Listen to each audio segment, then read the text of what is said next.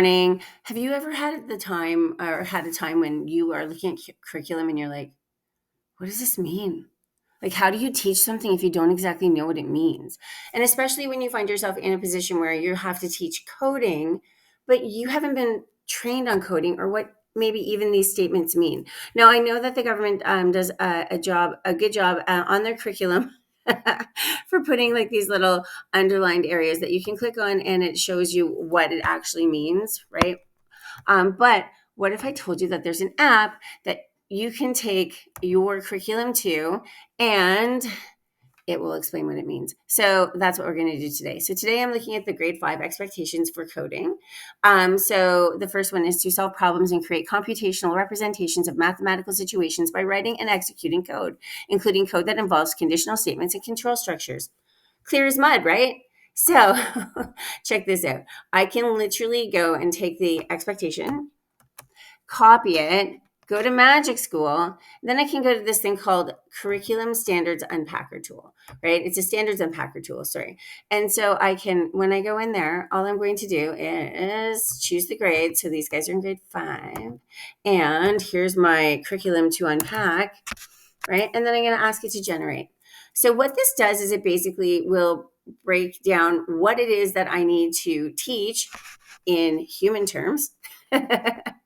And then it's going to give me my learning targets, and it also gives me strategies that I can use in order to implement that in my classroom. Okay, so it's actually a great little tool for a teacher, especially if you're new to coding, that can help you put it in like usable terms and see how you can use it in your classroom.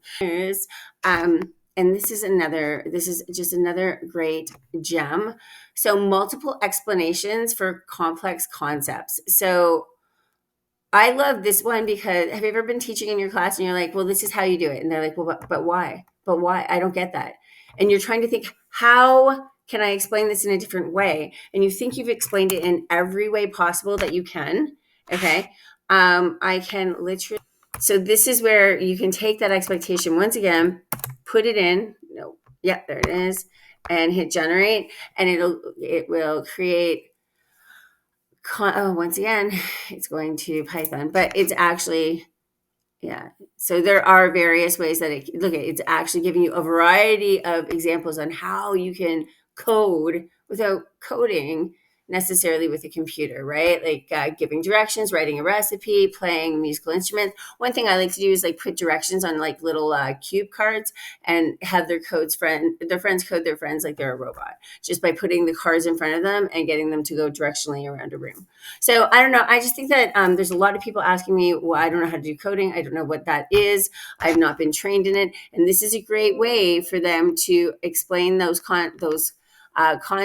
It's a great way for them to unpack it so you can understand what you're teaching.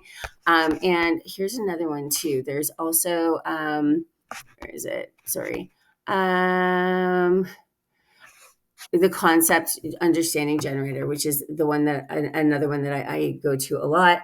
So this one too will give you like 3 different ways to restate something in order to support your students. So, and this one here, you can also put like what you have in your classroom. So, and it completely breaks it down for you. Coding analysis and debugging. So it gives you an idea of what you can do with your students in order to teach expectations that a lot of us aren't trained to teach. So I hope this helps. Have a wonderful day, and we'll talk to you soon. Thanks for watching. Bye.